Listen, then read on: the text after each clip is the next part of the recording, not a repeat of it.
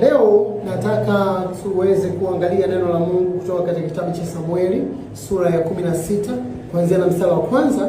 Nikueleze vizuri kuhusiana na habari ya mtumishi wa Mungu mmoja aliyekuwa anaitwa Samueli. Samueli Mungu alikuwa anamtumia kwa ajili ya kuweza kuchagua watu. Wana wa Israeli walipoishi maisha yao baadaye walianza kutamani kufanana na mataifa mengine ambao walikuwa wanapigana nayo. Kwa hivyo wakatamani kuwa na mfalme katika maisha yao. Na walipoanza kutamani kuwa na mfalme na wenyewe pia katika maisha yao, badala ya waamuzi wale ambao Bwana alikuwa amewawekea toka mwanzo, wakampata mfalme wa kwanza kabisa alikuwa anaitwa Sauli. Na Samueli ndiye ambaye alienda kwenda kumwekea mafuta Sauli ya kuwa mfalme. Na baadaye Sauli alikuja kuwa mtu ambaye alikuja kupenda vitu, alikuja kupenda mali, na baadaye Mungu akamkataa Sauli. Na baada ya kumkataa Sauli, Samueli alisikitika sana kama baba, kama mtu ambaye alimchagua mara ya kwanza, kama mtu ambaye alimwekea mafuta, kama mtu ambaye aliwekeza moyo wake mkubwa sana kwa Sauli.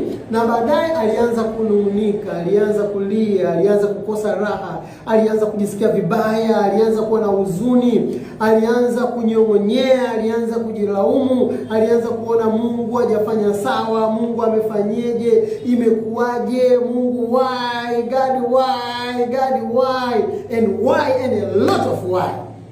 Mungu akamwambia katika Samueli wa kwanza sura ya 16 kuanzia mstari wa kwanza, akasema, hata lini utamlilia Sauli?